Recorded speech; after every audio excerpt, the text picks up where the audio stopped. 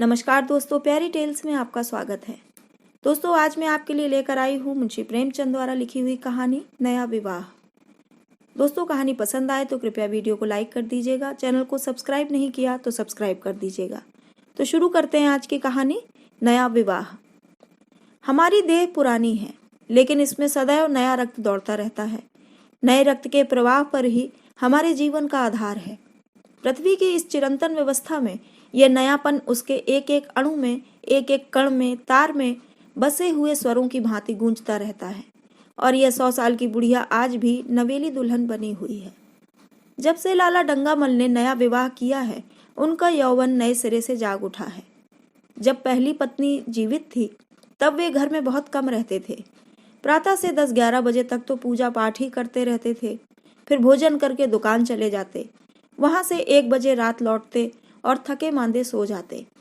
यदि लीला कभी कहती जरा और सवेरे आ जाया करो, तो बिगड़ जाते और कहते तुम्हारे लिए क्या दुकान छोड़ दूं या रोजगार बंद कर दूं।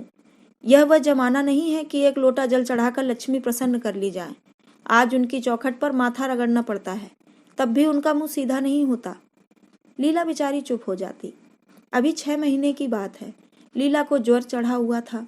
लाला जी दुकान जाने लगे, तब उसने डरते डरते कहा, देखो मेरा जी अच्छा नहीं है, जरा सवेरे आ जाना।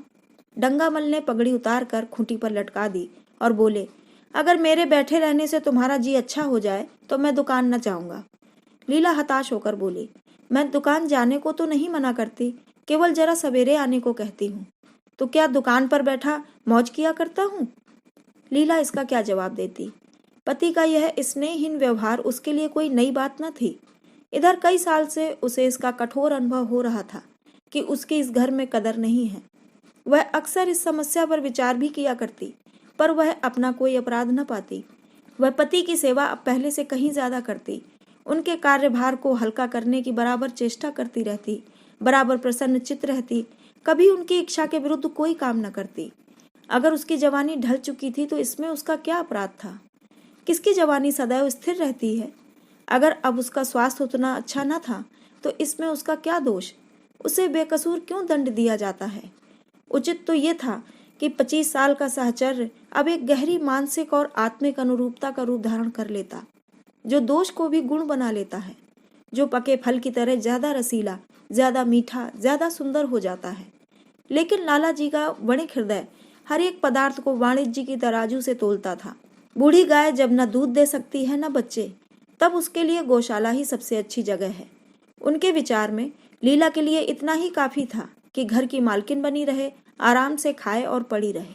उसे अख्तियार है चाहे जितने जेवर बनवाए, चाहे जितना स्नान व पूजा करे, केवल उनसे दूर रहे।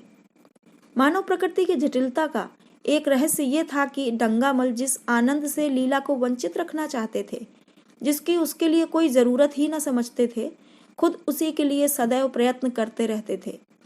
लीला 40 वर्ष की होकर बूढ़ी समझ ली गई थी, किंतु वे 43 के होकर अभी जवान ही थे, जवानी के उन्माद और उल्लास से भरे हुए।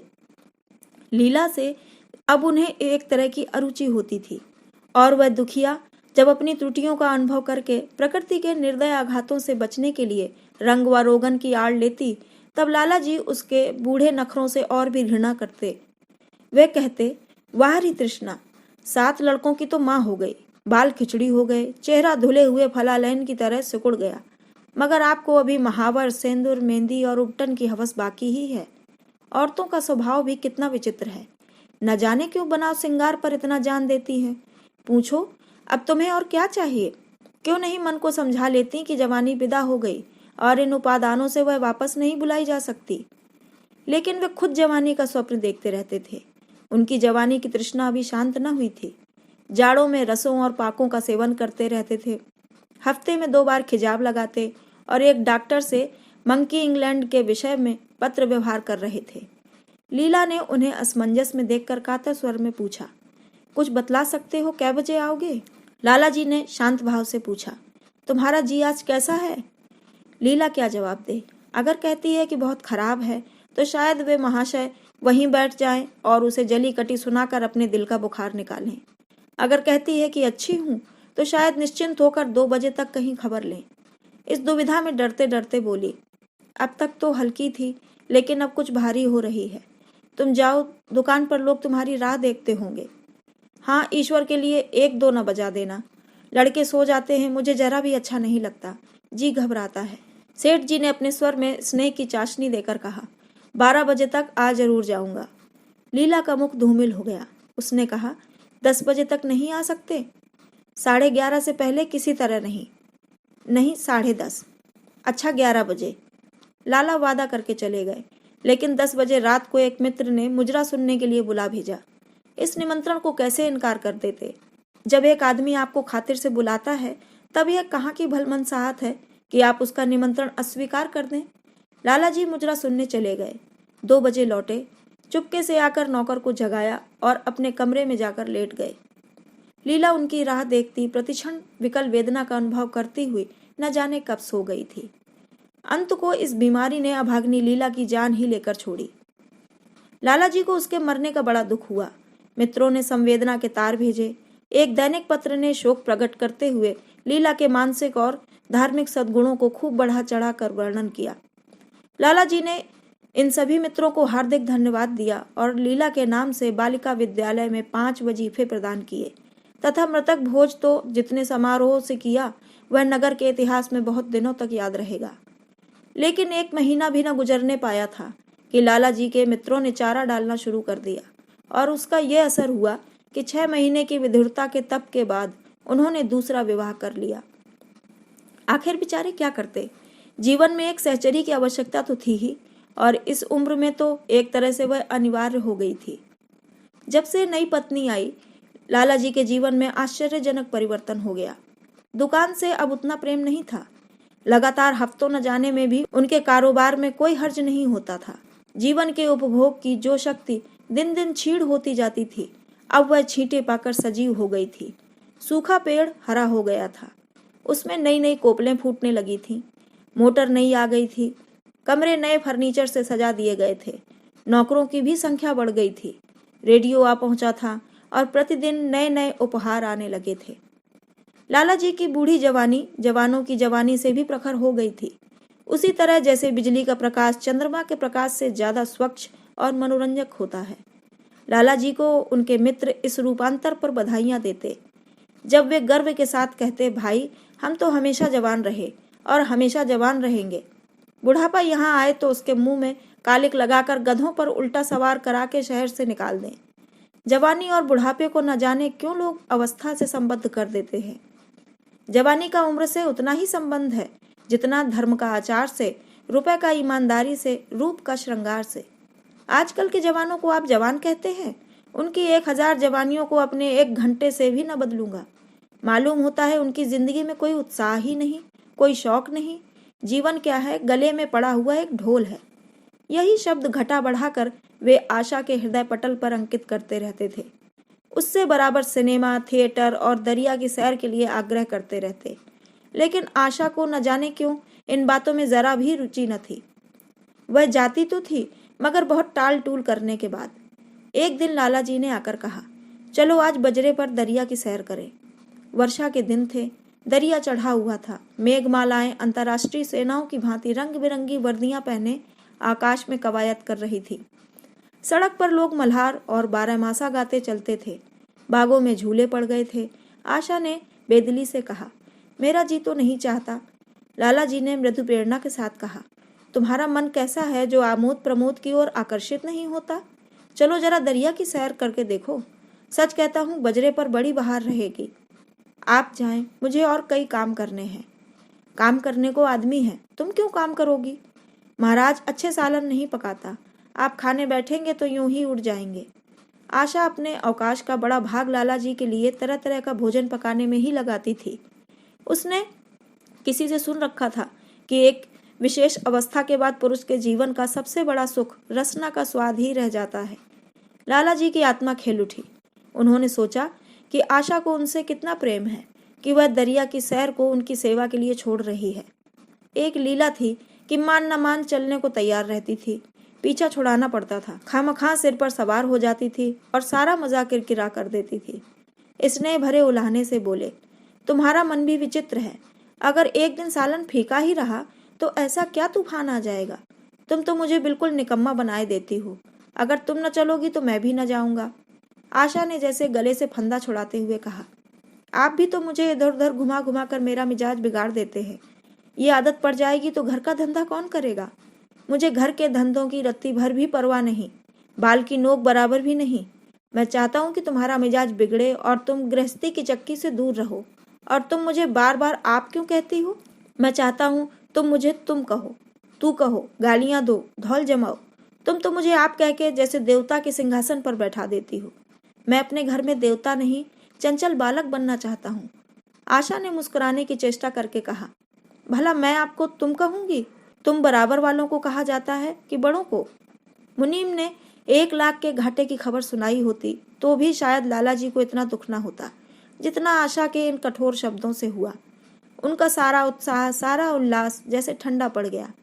सिर पर बांकी रखी फूलदार टोपी, गले में पड़ी हुई जोगी रंग की चुनी हुई रेशमी चादर, वह तंजेब का बेलदार कुर्ता जिसमें सोने के बटन लगे हुए थे, ये सारा ठाठ कैसे उन्हें हास्यजनक जान पड़ने लगा।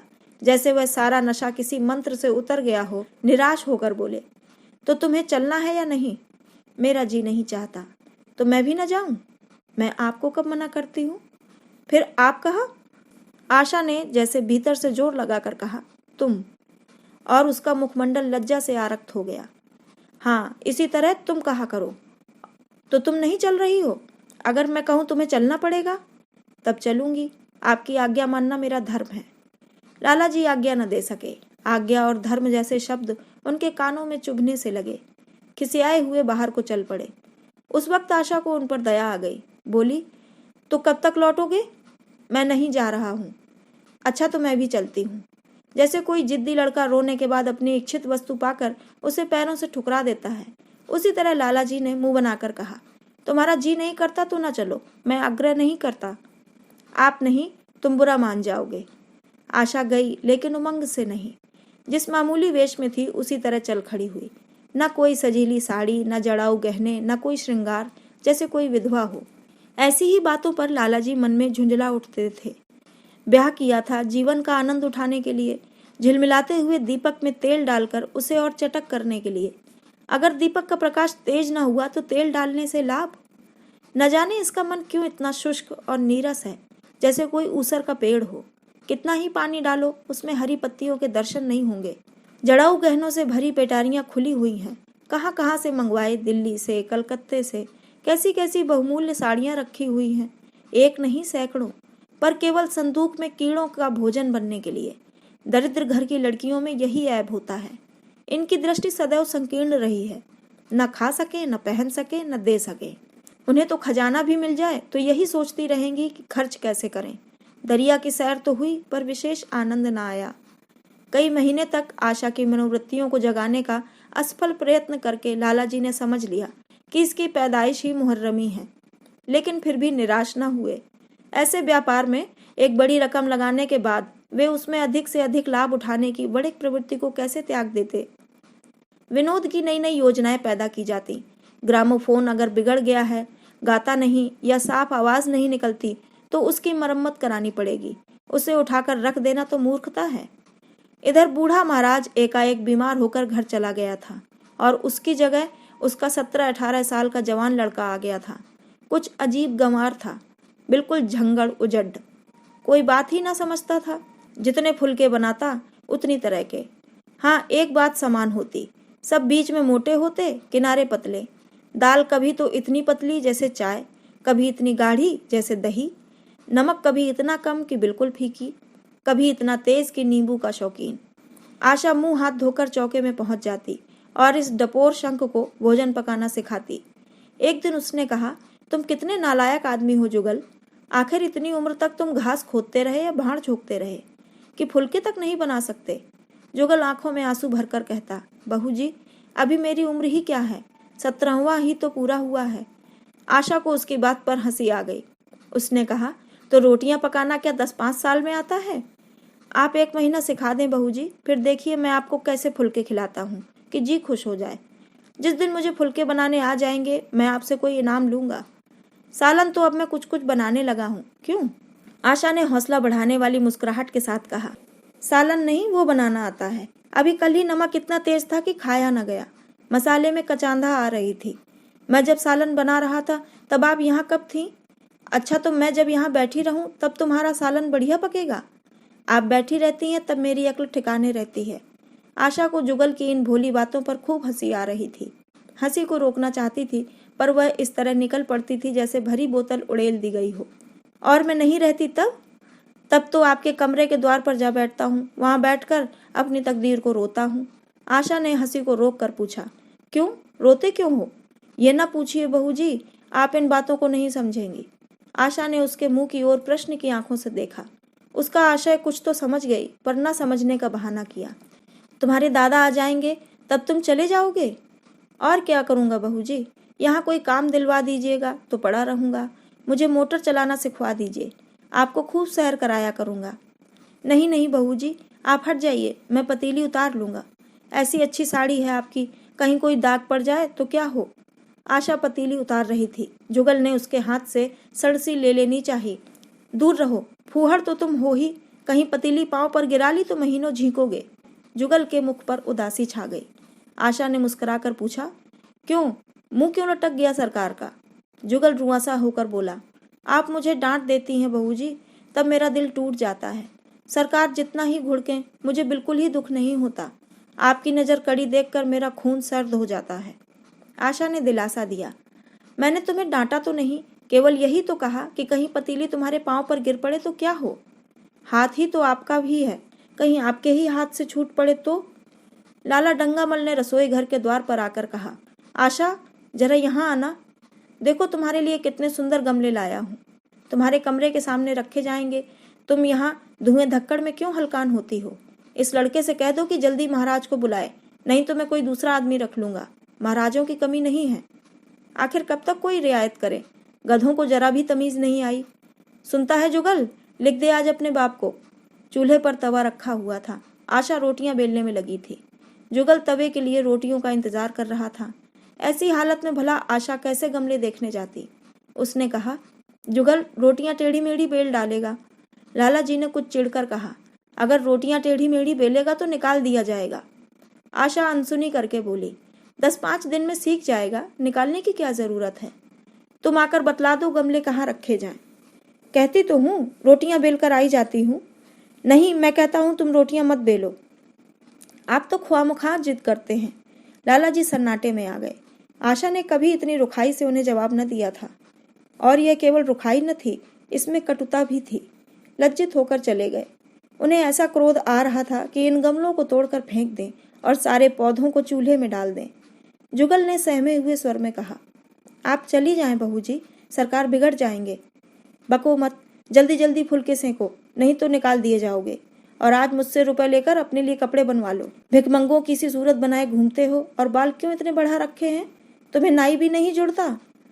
जुगल ने दूर की बात सोची। बोला, कपड़े बनवा लूं तो दादा को हिसाब क्या दूंगा? अरे पागल, मैं हिसाब में नहीं देने कहती, मुझसे ले जाना। जुगल काहिलपन की हंसी हंसा। आप बनवाएंगी तो अच्छे कपड़े लूंगा, खद्दर के मलमल का कुर्ता, खद्दर की धोती, रेशमी चादर, अच्छा सा चप्पल।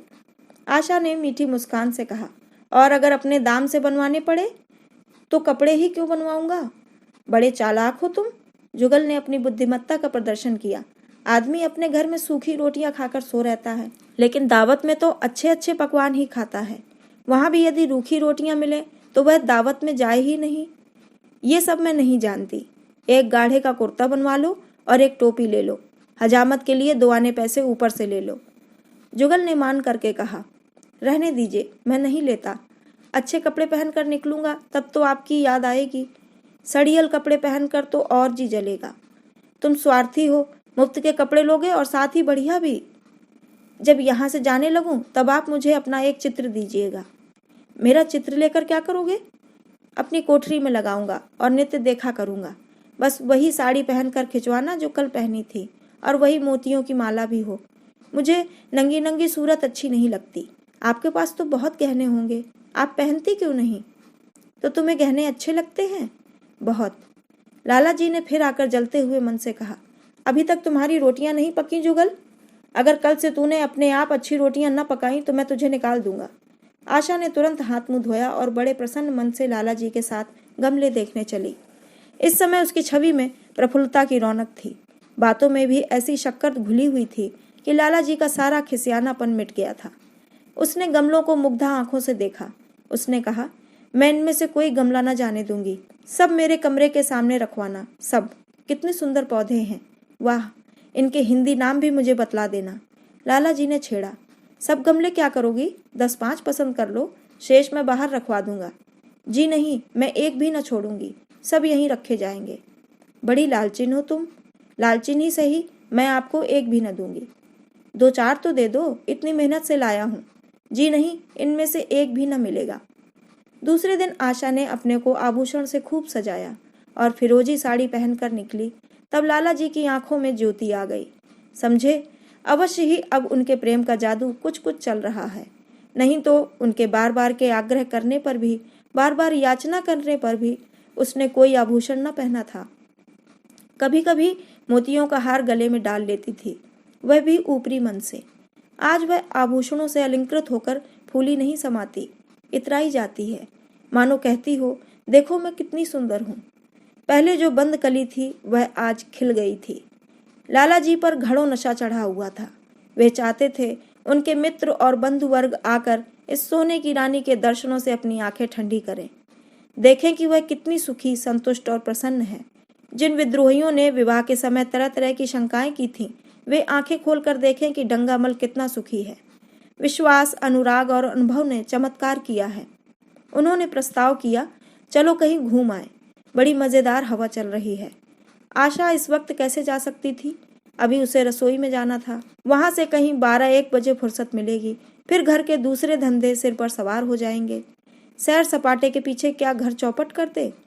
सेठ जी ने उसका हाथ पकड़ लिया और कहा, नहीं, आज मैं तुम्हें रसोई में न जाने दूंगा। महाराज के किए कुछ ना होगा। तो आज उसकी शामत भी आएगी। आशा के मुख पर से वह प्रफुल्लता जाती रही, मन भी उदास हो गया। एक सोफा पर लेटकर बोली, आज न जाने क्यों कलेजे में मीठा मीठा दर्द हो रहा है। ऐसा दर्द कभी नहीं होता था। सेठ जी घबरा उठे, ये दर्द कब से हो रहा है? हो तो रहा है रात से ही, लेकिन अभी कुछ कम हो गया था, अब फिर होने लगा है, रह रहकर जैसे चुभन हो जाती है। सेठ जी एक बात सोचकर दिल ही दिल में फूल उठे।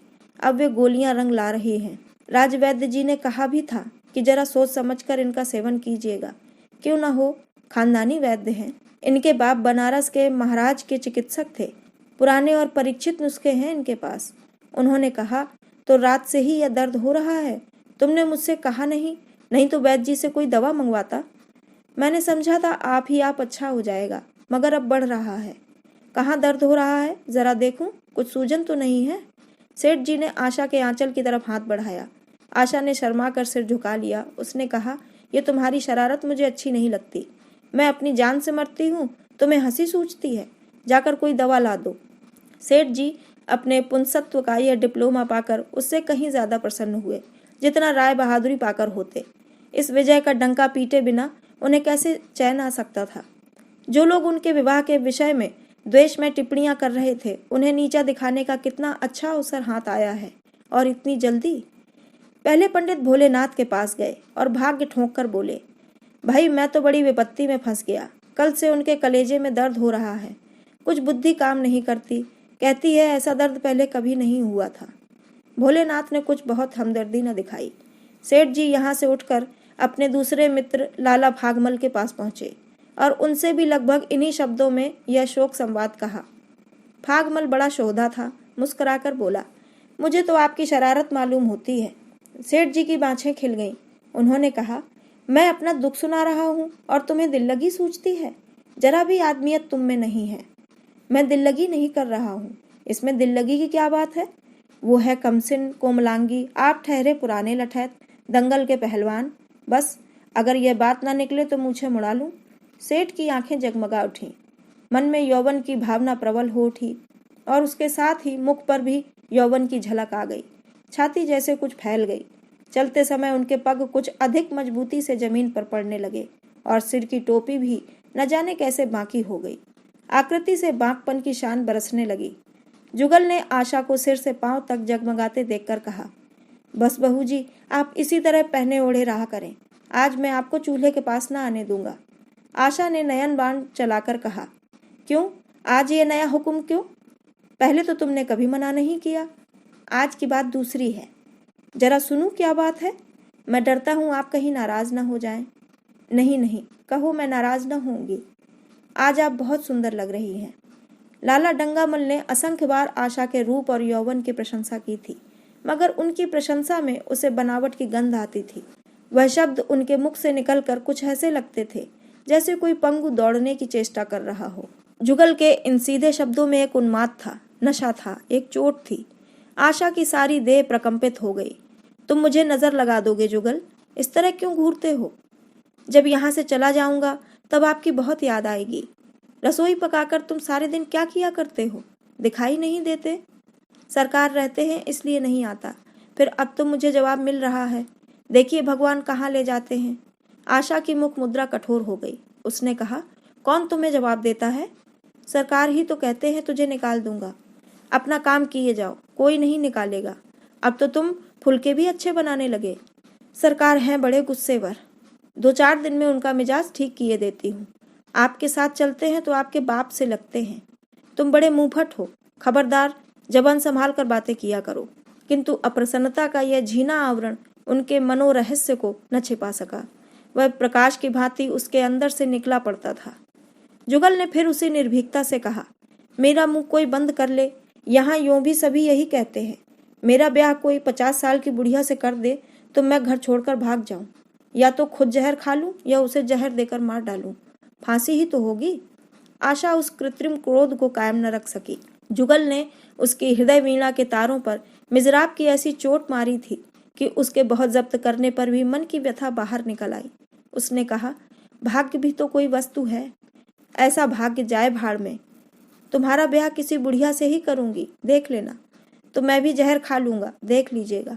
क्यों? बुढ़िया तुम्हें जवान स्त्री से ज्यादा प्यार करेगी, ज्यादा सेवा करेगी, तुम्हें सीधे रास्ते पर रखेगी।